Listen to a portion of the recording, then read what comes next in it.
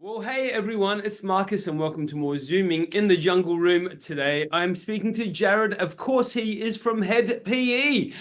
Jahred, hey, how are you? I'm doing great, bro. Thanks for having me. Thanks for coming online. You know what? We're on the countdown now until Christmas. We're almost across the finishing line. Woo! Yes, yes.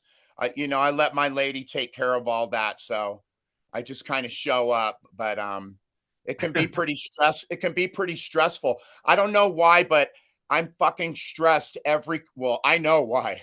Every Christmas I'm a bit stressed out, I will admit. Oh wow. Well, you know what? Because you're a busy guy. That's Yeah, why. yeah. You're about to do the 2025 Australian tour, with the special guest Heartline as well. So you've got a lot going on.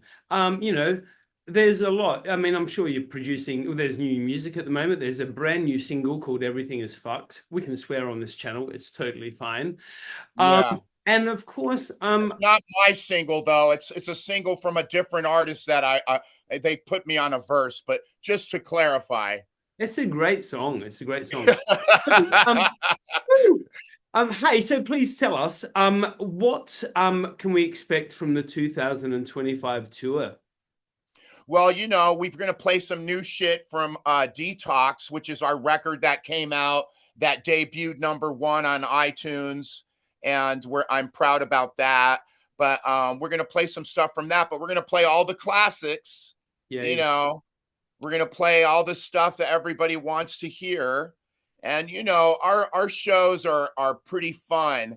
Uh I'm a huge fan of storytelling, so I'd like to think that our set kind of tells a story, has a beginning, a middle, and an end. There's a payoff, there's some catharsis there for the people in the room, a cathartic experience, where people can just kind of release some bad energy if that's a thing. Well, like you said, the 2023 album Detox has been received so well and it's gone extremely popularly over here in Australia. You are doing the Australian tour, which kicks off February the 2nd in Perth. Then you come to Adelaide, which is my hometown, where you're going to be Yes. playing the Crown and Anchor. So I'm going to catch up with you, my friends. Um, Very good. then you pretty much do all of Australia, and then you finish up February the 15th in Auckland, New Zealand. I mean, and there's quite a few dates there. So you're going to be a tired boy when you get home. Yeah. And then I get home and start another tour like the next day.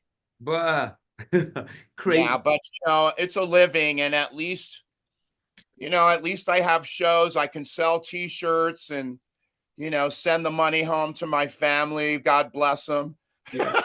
Because somebody needs to buy the Christmas presents, right? Exactly. Hey, obviously, you formed in 1994. Since then, 15 albums, 15 studio albums. Wow. I'm Which is, losing I'm losing track. Yeah, I thought it was 12, but yeah. I'm keeping everything in, like I'm keeping a tally for Well, you. I believe you. I believe you. I'm essentially your bookkeeper. Okay.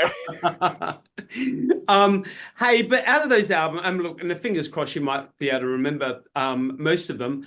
But out of those 15 albums, aside from, some of the more recent ones, which you're probably very attached to, going back to the earlier ones, what are some that stand out for you as, the classic, most loved ones, in your opinion? Huh.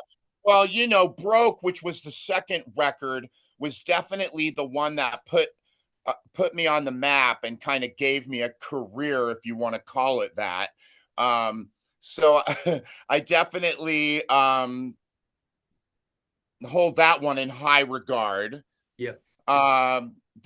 There's another record which was, I believe, okay. So then the fourth record that came out on an indie label, Koch Records, was called Only in America. That one as well. That one was one where I kind of went crazy and said all kinds of provocative, crazy shit. But I really do hold that one in close to my heart as well. Um, After that one was Back to Base X, where I kind of was like, doing like old school rock and roll and punk rock vibes. That one as well is one that I think of fondly.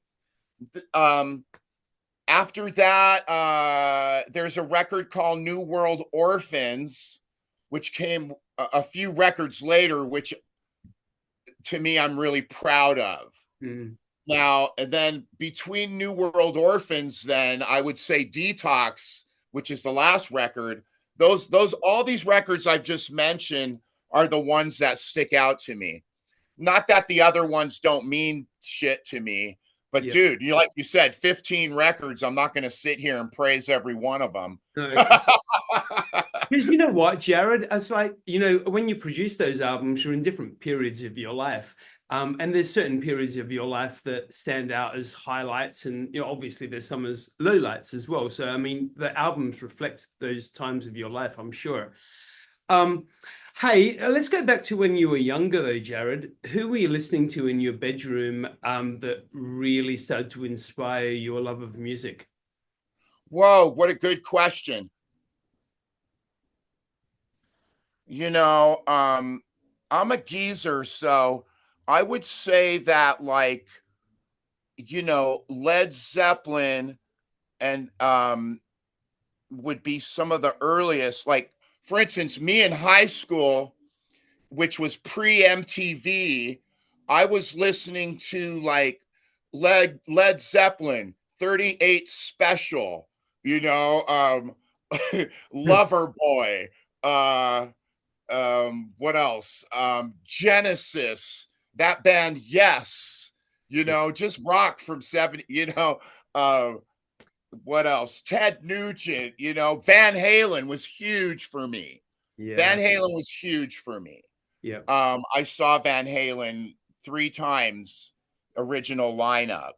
Um, Journey, that band Journey, right? yeah, Black Sabbath. yeah, Um, so those were the bands that I was kind of listening to. And then like all the hair bands that came, Motley Crue, Poison, Rat, Cinderella, all those bands, I was really into them, you know.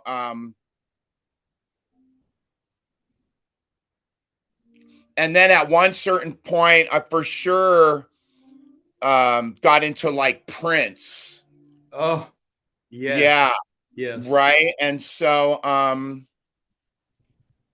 but those were like from my youth. Those would be the artists that I was really into. Who would you be listening to now? If you had to go and throw on an album, what would you put on? Yeah, that's a great question. And then right now, if I pull up my iTunes, Yeah. um, uh, where is it?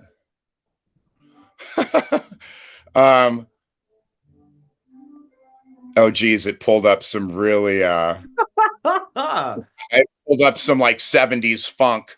I love. There's this band TV Girl that I love. They're really obscure. TV Girl. I'm gonna check them out. Um, you'll have to check them out, dude. Yeah. Uh, you know what? I have to say that I kind of live under a rock.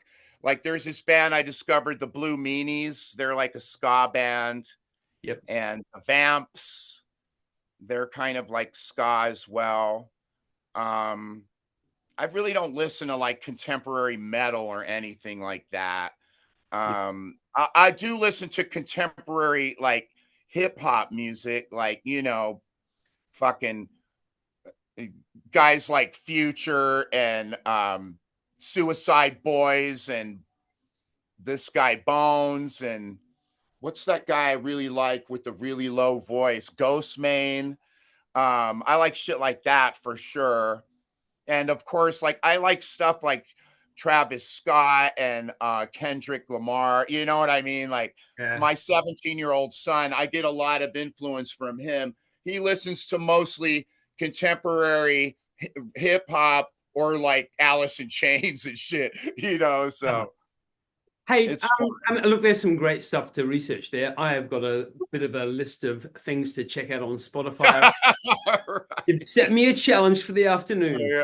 Um, hey, Jahred, when you're writing new music, what typically inspires, your creativity? Yeah, you know, a lot of times it's going to be okay. So I balance it between personal things, you know, struggles with finances and relationships or how I see myself in the world. And then other times I'll try to I'll write about what I think someone else is going through and kind of get out of myself and, try to write a song from, a serial killer's perspective or something that's apart from me and Yeah. explore that kind of stuff. And then some songs may mix the two of those, like personal with just made up shit. But Yeah. definitely, like, if you're talking about inspiration, it's going to be like, me after a bottle of wine going, oh, feeling sorry for myself and writing out some lyrics or something. I love it. Hey, one last question for you.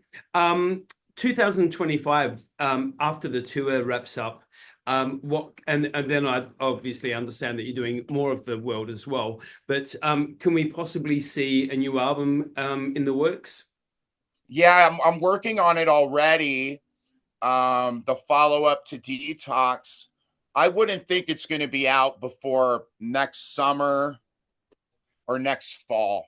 Okay, gotcha. Yeah, Cool. but because I'm not trying to rush it, but I have a lot of music that I've already demoed and I've written a lot of lyrics already. So I definitely have a lot on my mind that I'll be excited to release. Okay, I did lie. I said last question, but I'm going to ask you one more. Based on the fact that you guys have been around since 1994, um, obviously there's been a lot of changes occur in the music industry during those years, Yeah, which is like, wow, I mean, that's 30 years. Congratulations, 30 years. yeah. Madness. Do you find producing music, creating music now easier or more challenging than back when you started? Well, it's easier because of technology, right? Uh, the challenge, it's easier because of technology and harder because I'm not getting paid as much to do a record. Yeah. Right?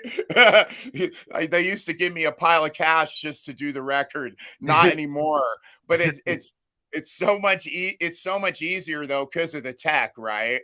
Yeah. Like before, you wouldn't even be able to create a home studio, with quality audio, and nowadays you can, Yeah. so I have a home studio where I can get most of my work done except for like recording a drums. Yep. um so yeah, in that way it's much easier.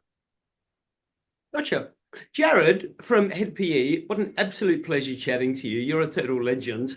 Like I said, everyone, the 2025 Australian tour with Heartline kicks off the Feb 2nd in Perth, then hits Adelaide, Melbourne, Sydney, Brisbane, Wellington, Christchurch, Auckland on the 15th of February.